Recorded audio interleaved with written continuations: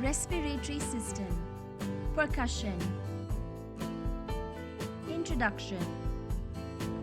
The setting for the chest examination must be environmentally comfortable for both the clinician and the patient. The examiner greets the patient, asks about the symptoms that initiated the visit, and begins physical inspection, noting body position, assessing degree of comfort, inspecting and assessing the patient before continuing into an in-depth examination. Technique. The pulmonary examination consists of inspection, palpation, percussion, and auscultation. The purpose of percussion is to determine if the area under the percussed finger is air-filled, that is, sounding resonant like a drum, fluid-filled, that is a dull sound, or solid, a flat sound. To make this interpretation, it is important not only to listen for the sound produced, but also to feel the intensity and frequency of vibrations produced by this maneuver. What to observe during percussion?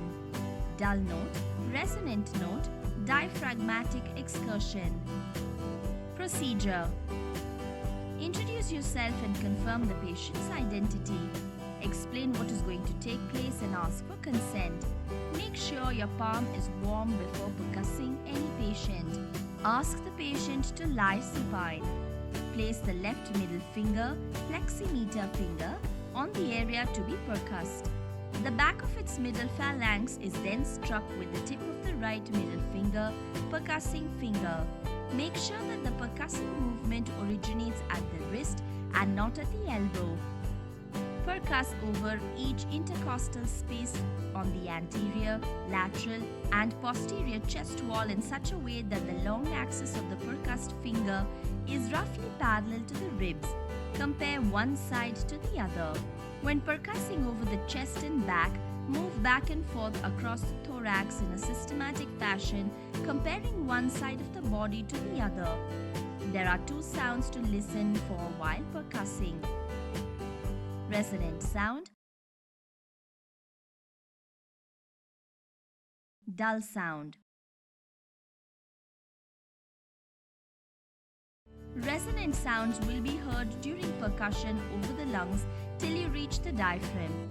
If you hear dullness over the lungs during percussion, this could possibly suspect the presence of a mass or consolidation. Percussion.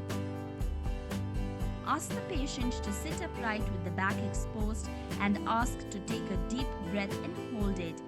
Then begin percussing at the base of the right scapula and move downward towards the patient's diaphragm.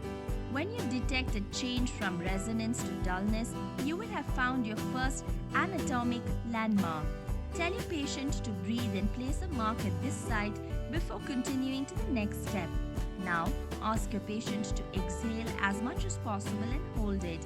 This time, begin percussing at your first landmark and move upward on the posterior thorax towards the scapula. When you notice a change from dullness to resonance, you will have found the second landmark. Place a mark at this site. Repeat this technique on the other side of the patient's posterior thorax so that you can compare measurements on the right and left sides. Once you obtain your two landmarks, measure the distance from one line to the other to determine diaphragmatic excursion. Normal excursion distance is 3 to 5 centimeters. Physical findings must be interpreted in light of all previously collected data. The general scheme is to develop a postulate and test it with further history, additional observations or maneuvers on physical examinations and laboratory tests.